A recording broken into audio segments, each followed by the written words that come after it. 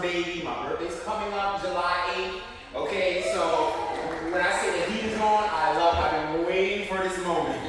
Alright, I don't know how it was for you all last year during the winter time, but that was one of the worst daylight savings time seasons I've ever had. So the fact that this is now 15 hours of daylight today, because it's summer solstice, I'm happy. So give yourselves a hand for coming out today. Right? And I want to say from the bottom of my heart, thank you all for choosing this workshop. Right? And so this workshop is all about shaping the foundation of unauthorized leadership in our communities. So my name is Jamell Henderson, and as you see, I'm in my final year of the Doctor of Education program at Community-Based Leadership at CSI. And I'm happy that for many years, I've been, since being a CUNY student, this is my 20th year as a CUNY student. Started at John Jay College in 2004, and here we are at the College of Staten Island. And throughout this entire time, I've been teaching and training phenomenal students like you all for many years, and I'm thankful that I'm still able to come back and provide what I feel is super important. And I want to give a big shout out to my brother Leonard, who's been definitely in my life, been a friend, family. I appreciate you that you continue to do great work. All right, so we're going to get right into it because we just got about 40-something minutes. So I came in to give you what you need, and hopefully we'll fire you up and keep going, okay? So, I wanted to do introductions, but time's sake, turn to your partner and ask these questions. Your name, what college, what year, where you're from, how do you identify in terms of race and ethnicity? There's a reason why I want you to ask that question. And then, obviously, why did you choose this workshop? And then, most importantly, what does authentic leadership mean to you? So let's take 2 minutes, turn to your partner, connect, let's make it happen.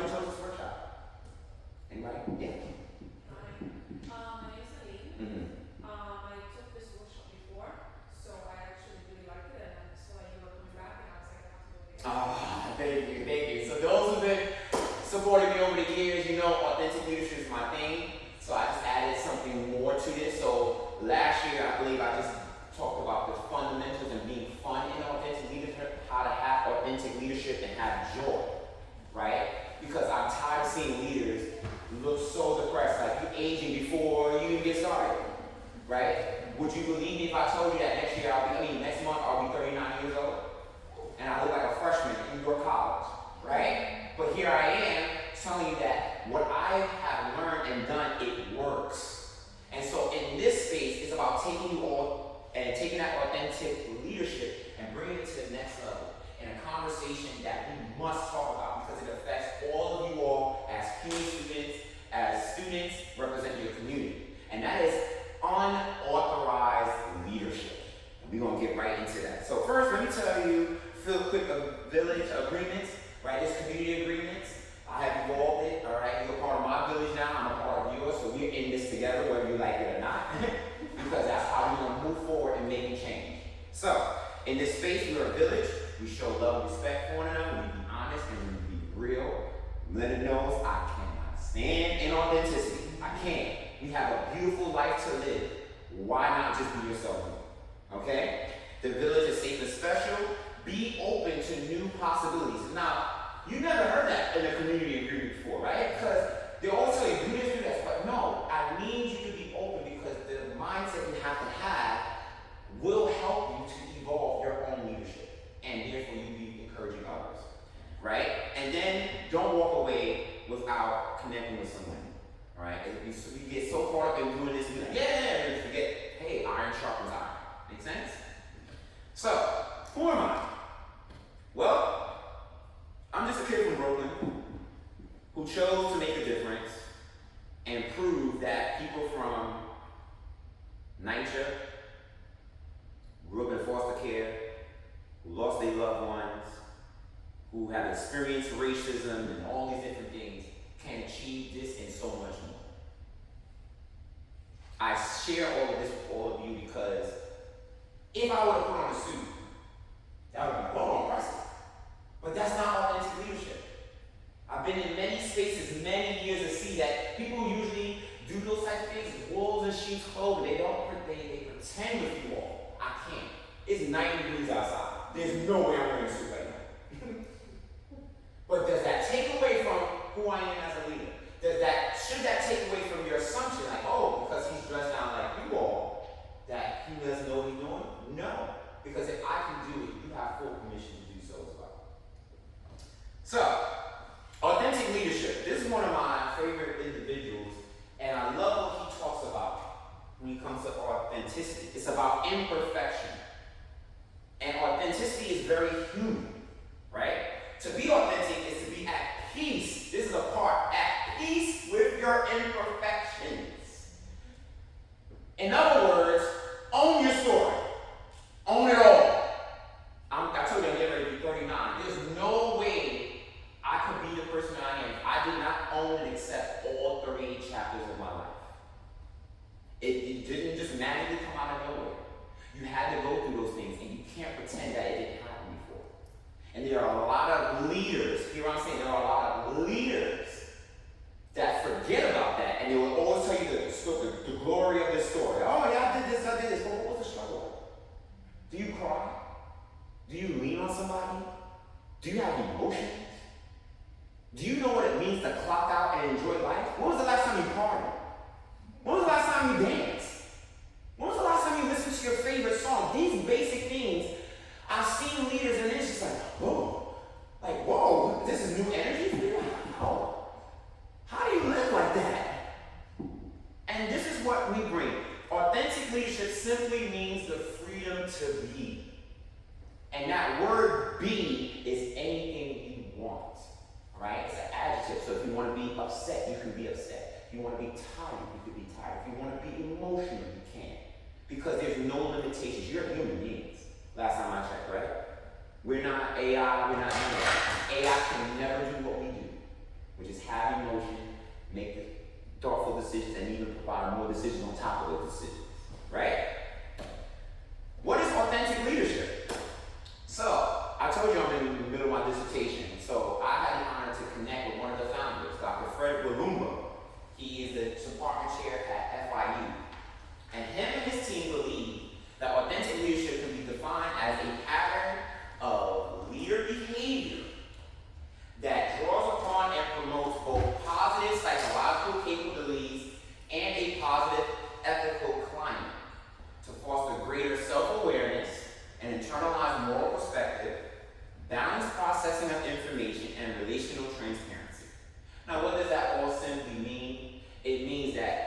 you get to be the leader that you want to be and still live your best life.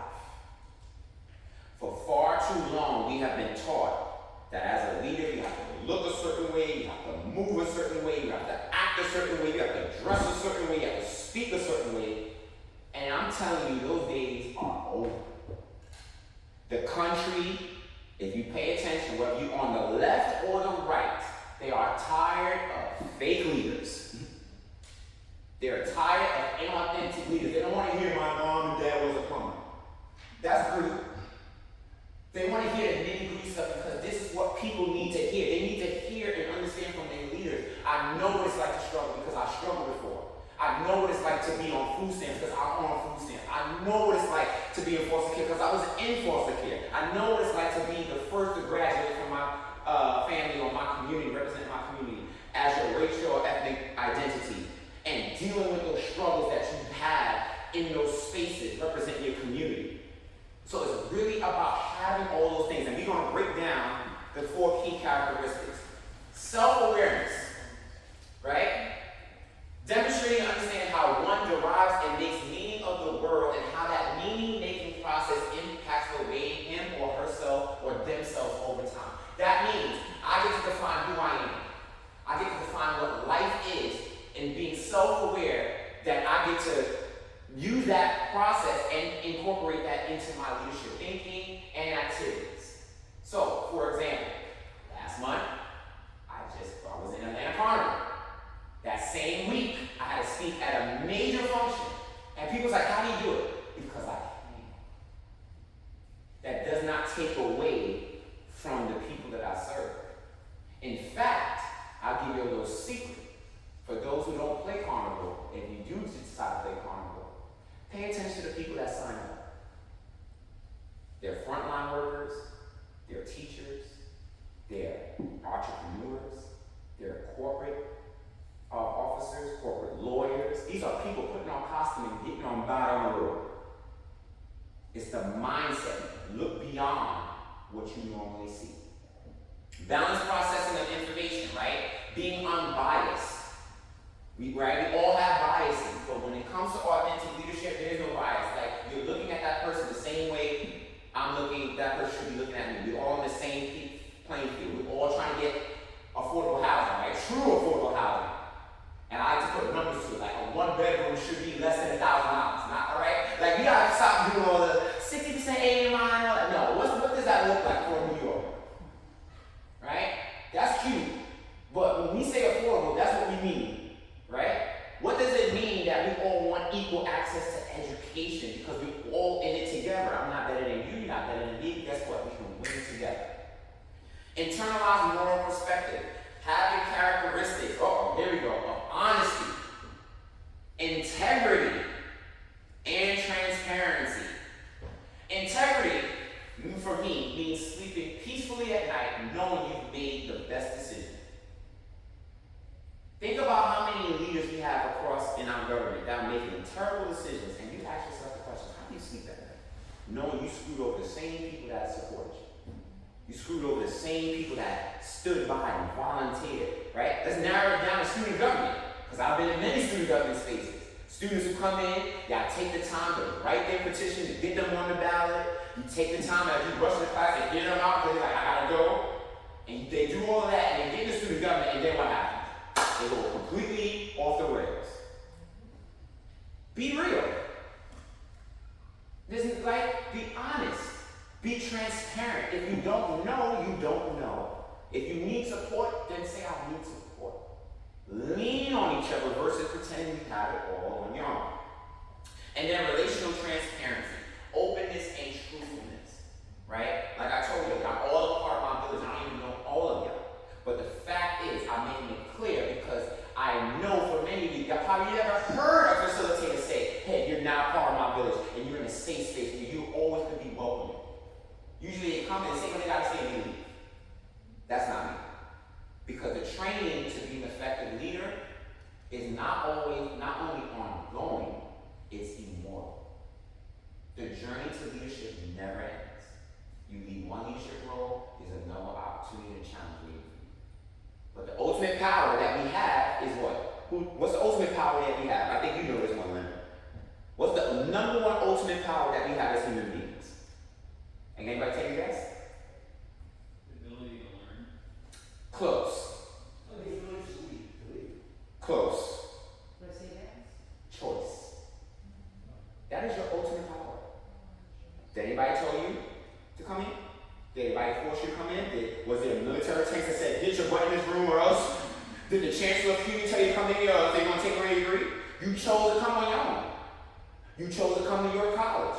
You chose to dress the way you dress. You chose to eat what you wanted to eat. So if you all understand that as leaders, I personally believe that you all make a choice to choose to support and not always follow. I don't believe in that word follow. You support. You learn. I don't want nobody following me. I want people supporting me, being inspired by what I do because I'm here to take it up to the next level for all of you. Make sense? So what's social justice? So these are all academic terms that I looked through because I want to make sure we live in a fake news society right now. So my professor taught us cite some more. So I'm making sure I'm giving you adequate academic examples. And if you want, look on your own to see what some of our researchers look at social justice. But these are the ones that connects with me, right? Where social justice is the distribution of benefits and burdens in society. It's about making sure that all of us, no matter where we are have access to funding, policies, and everything in between that will be in true pursuit towards equality and justice. Think about if the city of New York was all equal. Imagine the neighborhoods, the schools, the colleges, how we will all thrive because leaders are saying it's not about me, it's about all of you. And when you win, we all win. But a lot of people don't get that. Why does pursuit of social justice matter? Right? It means fairness in society. Every day, many people around the world work towards this goal. I personally want to see social justice happen in a way because I'm tired. Right? Let's be honest. As a black man, as a black person, fighting for our justice. Yesterday, we just celebrated Juneteenth. And look at the anger and hostility that we still have to deal with in 2024. And all we were doing is partying and having a good time. There was no marches going on that day. There was no speeches, like many speeches talk. We were saying, this is a day for us to celebrate and commemorate the hard work and sacrifices and the continued pursuit of freedom. Your own racial and ethnic spaces are doing the same thing, whatever that looks like. We all want that, right? It's about making sure everyone gets the essentials of a good life, right? Think about, inflation is still happening right now, right? Yeah. Housing issues are still happening right now.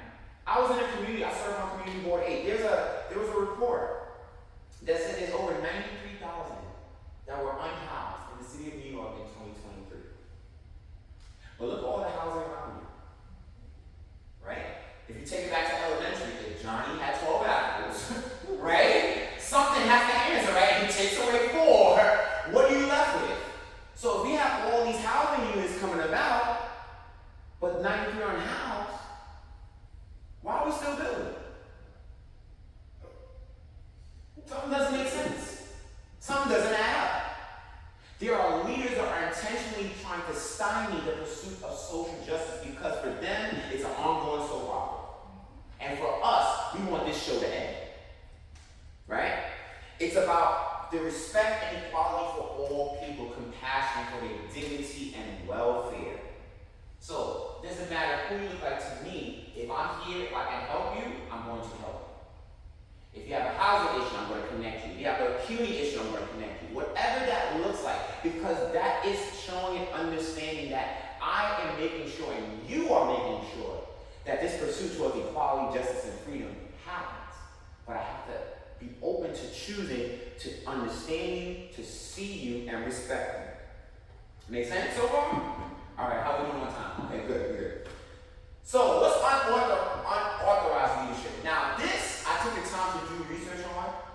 So, I have an opportunity to create something something new because there's no research on this. So let's start with words. Unauthorized, without authority or permission. So I had to take the time. All right, so authentic leadership looks like this. So what does unauthorized leadership look like? So I gave you my own synopsis, and if you want, you can add on to that. Unauthorized leadership is leadership that makes decisions focused on self and self-interest, rather than the responsibility that one is obligated to do in being in service to the people. Interesting, isn't it? That's what I call unauthorized leadership. And we could give examples. But I want to hear from y'all. Y'all, can y'all share an example based off of this definition? All right. Let's go. What's your example? This happened last year. Mm-hmm. I think, as I said, I'm a student government, and every last student month we have full Senate meetings, and the faculty government, they purposely over-exaggerate the responsibilities of vice chair, so the student government president who originally ran could resign from it, and they got in. And the thing is, they also brag about how, they're the only, New York's the only two getting 50-50 student and faculty representation, which it is, and they purposely, over-exaggerate the responsibilities of vice chair, so they can get it instead of the SGA president. So, going against the will of what the people have done. You heard that, right? If I, as a student, voted for this, why the hell are you doing this? And I'm sorry to be rude, but let's be real, right? And think about that. In our voting process, we used to see this all the time. You got mayors, elected officials in our communities come in. Yeah, when I come in, I'm going to help. Right? Let's talk about Jamaica, right? I'm going to come in, I'm going to help the people of your college. I'm going to help improve it. And look where we are still. Right? How many times you heard, when those who've been up to Albany, you heard these elected officials say, I'm going to make sure we fight for community, fight for community. Where's the proof? All is fluff. Right? Give me another example. Who has another example of what unauthorized leadership looks like? Yes. So on my campus, Moss Community College, our president was trying to push for a fee increase in the student activity fee, something that hasn't happened since 2004. And again, community college, one that's from a borough that's one of the most underprivileged in the country. I was pushing counter. At the time, I wasn't a part of student government. Right now, I was just elected to vice presidency. And so my pushback to him was, shouldn't we be proud that we haven't raised the student activity fee in over 20 years?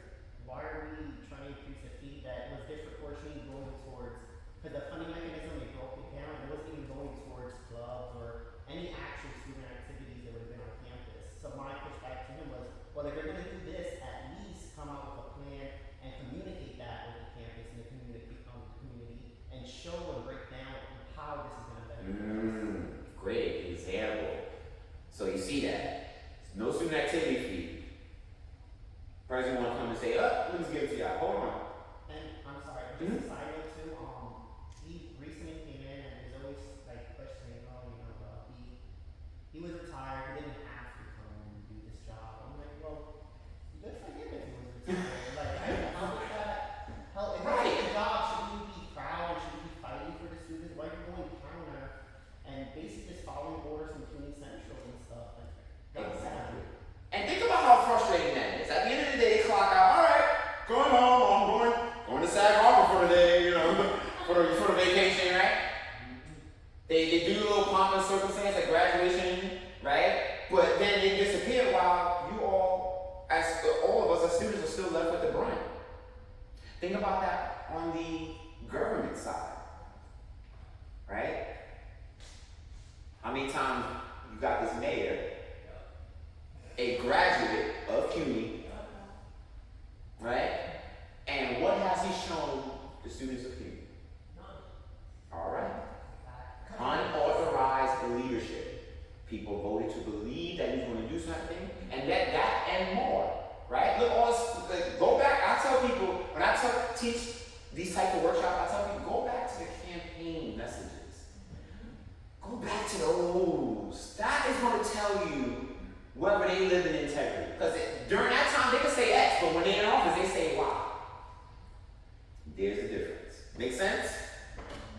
So how can authentic leadership defeat unauthorized leadership in the realm of social justice? This is my part right here. Number one, in order to be seen as authentic and an authentic leadership, you must take full ownership of your story. You have to own it. And then when you think about the good, the bad, the secrets, the dark secrets you have, I want you, this is a side note challenge, whenever you're ready. Go to Port Authority, you can take 1 or 2 people, you take a team with you, and when you give out food or clothes to those who are unhoused, go to the lowest levels of Port Authority, where nobody normally goes, unless you're taking the bus to go, casino or something like that, right? Go in that area and see the people there. I'll never forget the story. It was when we did our community service, we was out there, we went to the lower levels of Port Authority. There was a gentleman in a wheelchair, plastic, all over. This man probably did not see a house in ages. Thousands of New Yorkers are walking by. He's sitting there, defeated. I was trying to tackle him, see if he would get the bag. He didn't wake up, but he was sleeping. So I just left the bag here. And as I walked away, I broke down crying. Because I had an aha moment. There is no way the things that I've experienced, the secrets that I call, oh my gosh, it's going to destroy you, is nothing compared to that journey. So who am I to complain? I must own my entire story. You were born here. You experienced this. You dealt with that. It all is a part of who you are today. It's a part of your story that is helping you to be who you are today. And as you choose authentic leadership and you want to grow into it, you must encourage others to do the same. So what did I tell you? You get to do this work and live your best life. Tomorrow is going to be what, 94 degrees? I'm out to Coney Island. While my colleagues or whether they didn't study it, that's cool. We're going to get to that goal, because trust me, there's nothing stopping me from going, but I get to live. Because I'm not going to let this program age me. I'm not going to let the situation or the circumstances get in my way. No. This is my time. And you get to have that time too. So when people see, oh, how come you doing this? Oh, this is my favorite part. You got so much energy. What are you sipping on? It's called life. Try it. Don't be that student. And there's nothing wrong with that student, but I always believe that you don't want to be that student that when you ask your grandparents or your grandkids, your kids, what did you do in college? Well, I just went to the library study and came home. What? In this great city, that's all you did? My brother Jason will tell you, he knew me over almost 20 years. In BMCC, I was outside. Me and my crew, we took over West Football 2010, 2011. And mind you, I was in student government, I was working at Macy's, okay? Had my own apartment, taking full-time classes, going to parties and a club promoter, and still come to class on time. And graduated. What's your excuse? What's your excuse? Encourage others to do the same. And when you enter these spaces of leadership, remain in integrity. And I know this is the hardest part. Because sometimes you'll be forced as leaders to make some tough decisions. And I get it. But when you have a strong village, whatever that looks like for you, that believes in you, that supports you, that understands you, that gets you, that knows that whatever it is you're doing it for the right things, they're going to understand you and they will have your back. As student leaders, as elected leaders, you all will be faced with tough decisions. But you got to stand in what you feel is right in being in service for them, because it's not about you. I always say that. If I have to make it, if I was ever an elected official, I have to make a tough decision on the budget, and it impacts not only my community or everybody else, I'm going to make that tough decision. And let the community know why I said no. Because normally you don't get that. I'm going to get to questions in a second. Right? Because I want to make sure I say for questions. So call out injustice. Explicitly or strategically. I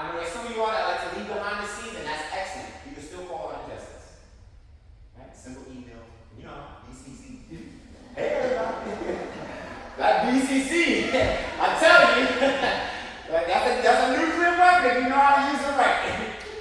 Right? Call out injustice. Mr. President, Madam President, I find it quite disturbing that you're charging more money for food when we don't even have a pantry. Madam President, Mr. President, understand how you can increase the tuition when right now is the highest in the nation. 800, almost 700,000 New Yorkers applied for Section 8 public housing. Think about that. But yet, we have affordable housing in New York City. 640,000 people are going to try to get into 200,000 affordable units.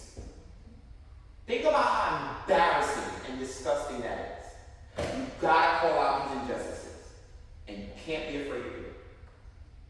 Never let your light be dim. There are going to be people, because they see you, they see your potential, they see what you have, they're going to try to dim your light, and it has nothing to do with you. It's the insecurities within themselves that is activating and reacting towards what you do. I had to learn that, and I mastered that. I'm not going to stop being joyous. I'm not going to stop having fun. I'm not going to stop teaching workshops. I'm not going to stop dressing up, dressing down, whatever I have to do. You got to work on yourself. Get out your way. Because what I'm passing on to you all is nuggets. Why are you sitting there like, oh, he think he better than, no, I don't think I'm better than anybody. I'm struggling. But guess what? We all went in together. In spite of my circumstance, in spite of my background, you cannot deny that I'm on history of being a 5-time community graduate. You, in your own path, cannot deny the history you're going to be making.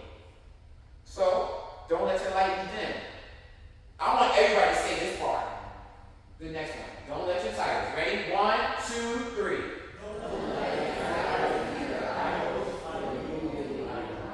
You like that one, right? Don't let your titles be idle. I love humbling people like this. People walk around, I'm the executive vice president of global witness strategic partnerships. Sounds like $1 million job, right? I'm the vice president of, international strategic movements. I'm the global executive vice president, big time, right? And then in student government, right? You get the first vice president of operations, the executive chairperson of it, and you get these titles as soon as like, yeah, big man on campus, big woman on campus, right? Go to 42nd Street and say it out loud.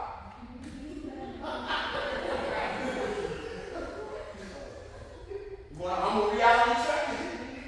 Okay? Think about all the content creators. If you watch social media, watch Shade whatever. Think about all the content creators that come to New York City. And how quickly they get home, because nobody cares.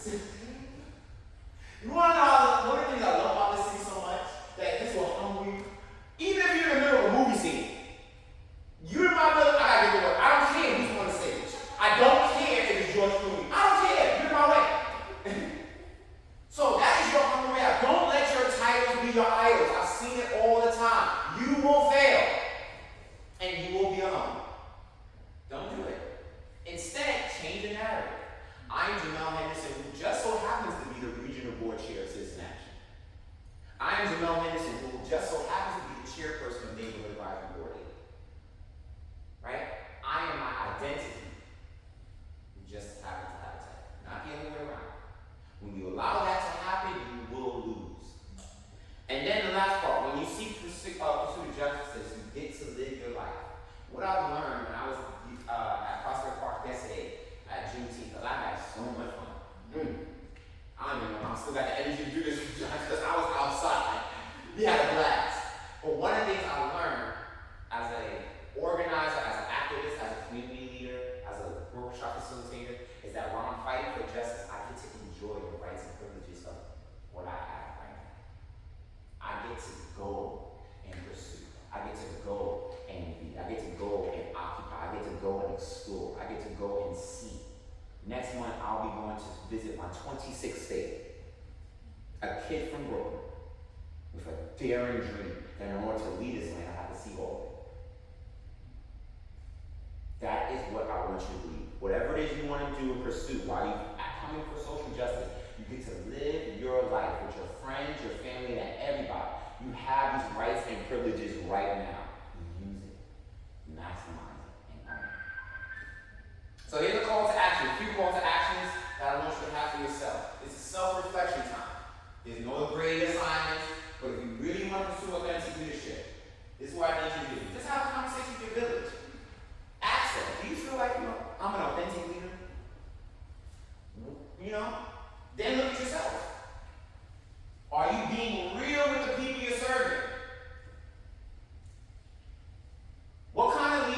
want to be seen as.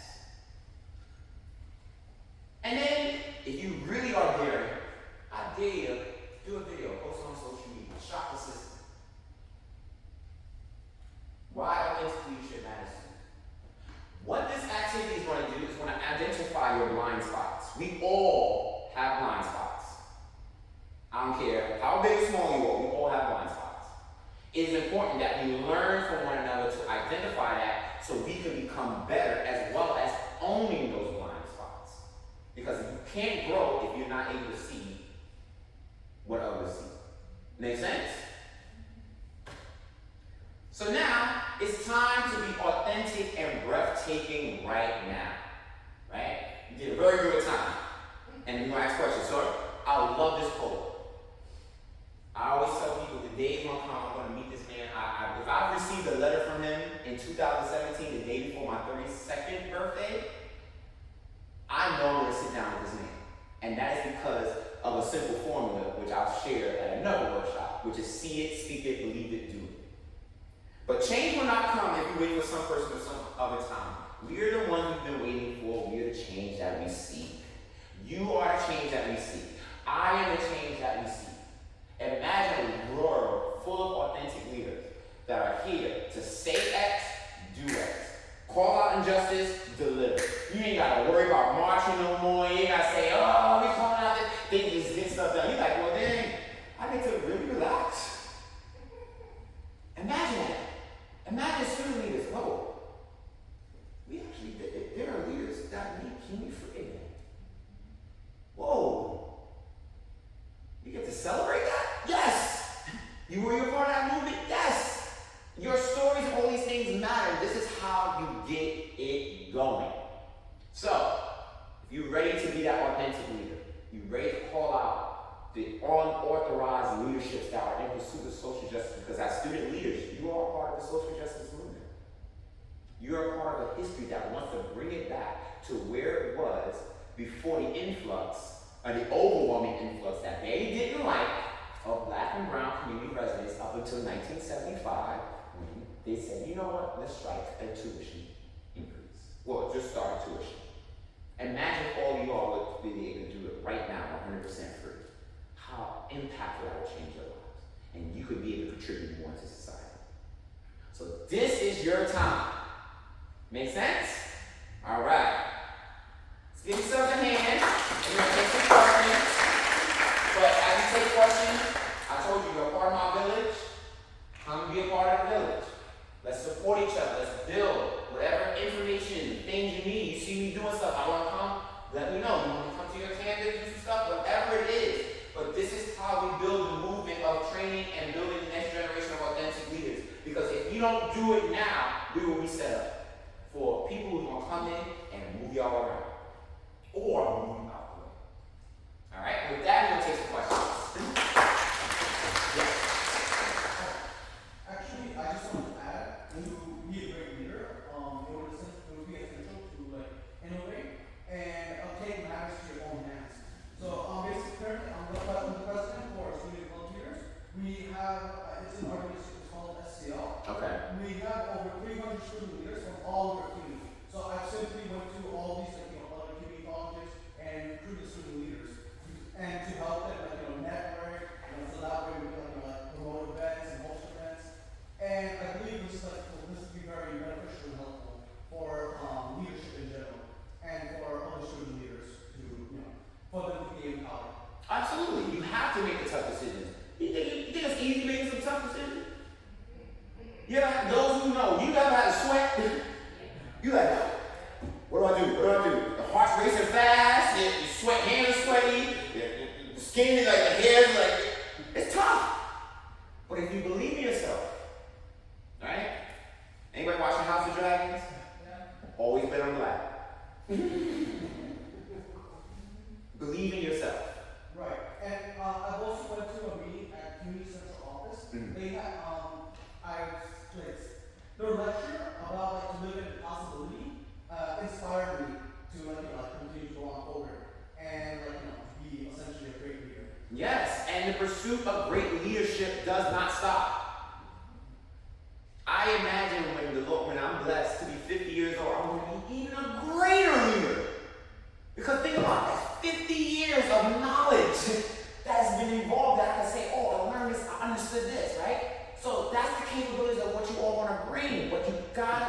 to say and make that choice. I'm going to choose this style of leadership. I'm going to do it. And that's the juiciest thing about authentic leadership. It is defined by who you are. It's not defined by you. My authentic leadership is my story. What is your story? And how do you own it and encapsulate it? All right? Any other questions? Yes. Yes, gotcha. Hold on, let me gather together. My question is, you personally, Yes. I want some advice on, okay, I'm gonna give you, It's okay. Don't worry, you got you. basically, I was just elected as incoming president. All right, very good. Woo! Thank you. But something that I'm struggling with or a little like worried about is I feel like I have so many ideas that I want to bring on campus, but my question is how do you bring your ideas to life? How do you really take it from I have an idea to it actually being living like in front of you and within a short amount of time period too, because I'm only in for a year, if that makes sense. So that's something that I'm a little worried about. How do I get all this? Well, you got the perfect time. So it's summertime, right? And you know, y'all, if I'm not mistaken, yes, officially still active July 1? No. Oh, they changed the date? We have to apply them. Oh, y'all July 1. Okay, so see, there's still some that's what I was like, I've been trying. Here's what I'll do. Here's what I tell any leader. When you're beginning a new position, number one, write the vision. Write the vision in as greatest detail. This goes back to the formula what I told you. See it, speak it, believe it, do it. You got to see it. See it as clear as you see your hand. See it as clear as you see the people in front of you. Don't be afraid to write those bold visions out. That's number one. Number two, be open that not all of those will get done. Right? When I served as president, I had maybe 100 things I wanted to do. But if I was able to get 40% of it done, that's 40% more initiatives, programs, ideas that was never done on campus before. And you have to give yourself a pat on the back and trust that the next generation of leadership will either take it, run with it, or take it and evolve from it. But when it's your time, you do what you can do best during your time. And don't be afraid to go for it. So see it, speak it, believe it, do it. No matter what. Because there's always going to be people that's going to stand in your way. Don't worry about the noises of the no's. Focus on the cheerleaders of the yes. Make sense? And you got this. Yes. So my question is, how do I convince my board to be authentic because like you said about the student leaders and what we're doing in the workshop, when I was in my student, I went around to everyone I knew, asked them what they want to see student learning because I could bring it back to the building. And I brought it to the board like 3 times through the first semester, each a separate time, and they all refused it and turned it down. And one time in December, I told them, look, listen, can you send these different 8 AM classes or certain ones, and it's now out of the phone. And it turned out every single change I wanted, and then they were more concerned about part of the change, and then I brought it up again most recently in May or June. We can actually do some of this, some of it's out of control, but then it got buried in the student group chat, and I sent it in the group chat, and it got buried there, so how was that? Student leaders, we always going to be dealing with egos. Let's just call it what it is. And the higher you go, the more ego there is.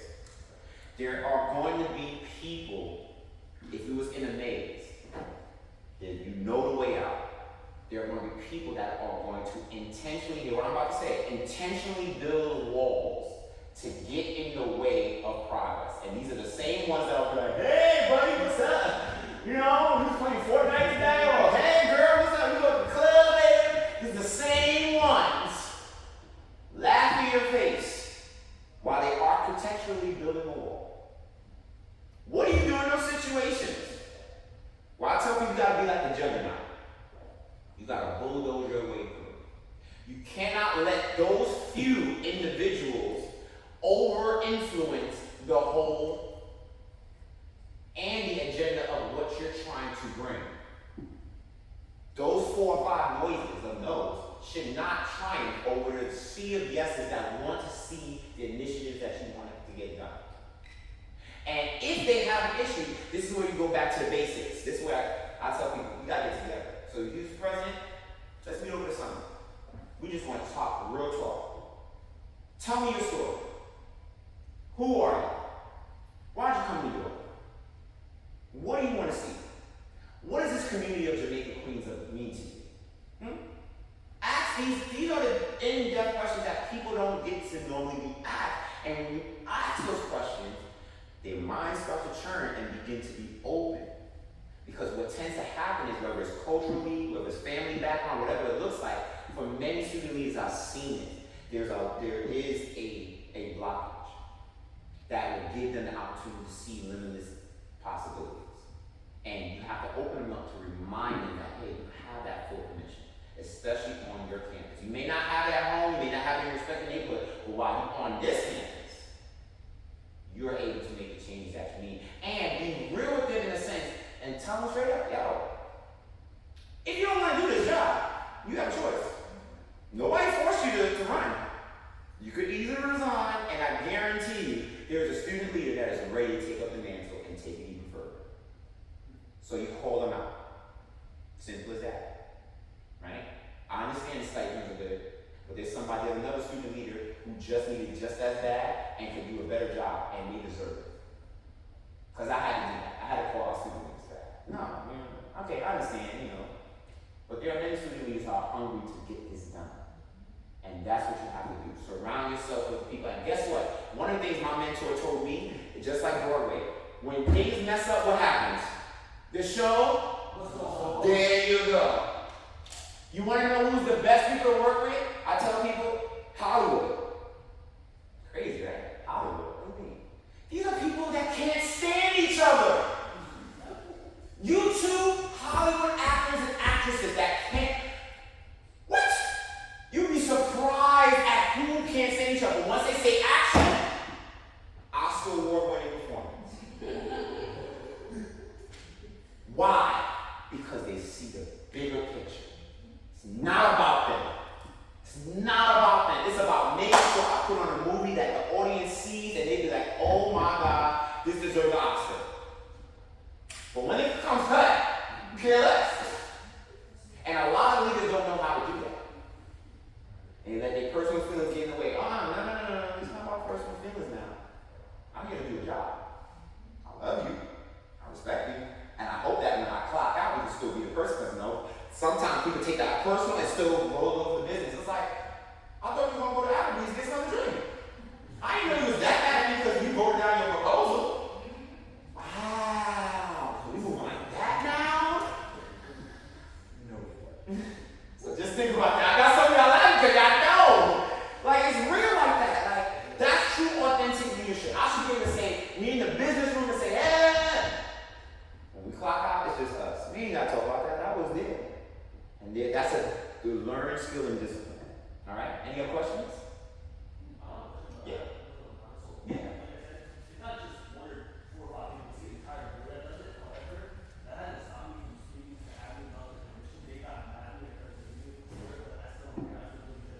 I was elected to represent the students and not kids that are private egos.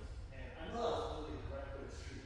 They don't like it when I speak to admin because they feel like their voice isn't being heard. So I'm going to give you a most important example. You're a student leader, right? Who do you serve? Students. So build student power. I'll never forget, there was a moment in BMCC, the administration tried to come at me hard about it. That's one of the things you'd never want. Don't come at me unless you're ready. And I've said that boldly, publicly and privately. Don't come at me unless you're ready, because you just don't know one way. I went in the middle of the cafeteria. I need 400 students coming with me right now to the president's office.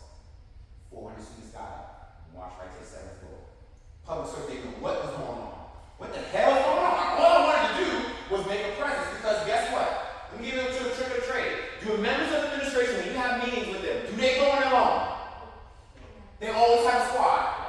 When you go to Community Central, there's trustee board meetings. Do the chancellor go in those meetings alone? He has a what? So where's your squad? Right? Right? Be like the Warriors. Come out and play. Right? Because guess what? They learn strength-wise and numbers. And they assume because y'all student leaders, y'all not going to have the numbers. But if you have the pull and the authentic leadership, leadership, you can be able to say, I need 300 students come with me right now. Oh, the president said, what? Even if it's just a sign for the team. We go, something about throw that. Right? Because now they see like, hold on, this student leader really is standing for me. They really want to see something happen. And when you never heard those calls before, so something big must be happening. Imagine you having that at your awesome. Imagine going to every teen trustee board meeting or going to every meeting and you have your representation, 50 students up in there every time. Power. And these are spaces, whether it's political education, where you take full advantage of that. You must maximize your student power. And the only way to maximize student power is to become authentic and be honest, real, and transparent. I guarantee you, students will understand and they will have your back. Make sense? Any other questions? I actually tried that once with my daughter. What happened? What they say? I said, let's all go to the beach. Let's all, how you say? Wait, hold on. You said with your board. Yeah, on board. Okay, so let's stop right there. Notice what I said. Student power is more than your board. How many people you have at your college? Like 5,000, 6,000. 6,000 students? If you can get 700 students on your side, you won. And I'm just throwing that out there, and that's big, but you can get 200 students. 200 students versus 8 members on your board. Who do you think you're going to be listening to? 200 students. Exactly. The 8 that can have their ego, keep it. These are the same students, when it's time for election time, they're going to remember what I've done for them. Because I made it about them.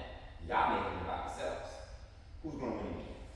I am. And you have to do that. Make sense? Any other questions? All right. This is happening again, right, Jason? Where literally we went super overtime. So I'm going to ask one favor, if possible. Can we all come up if you're willing to? Let's take a group photo. All right. And I want to say from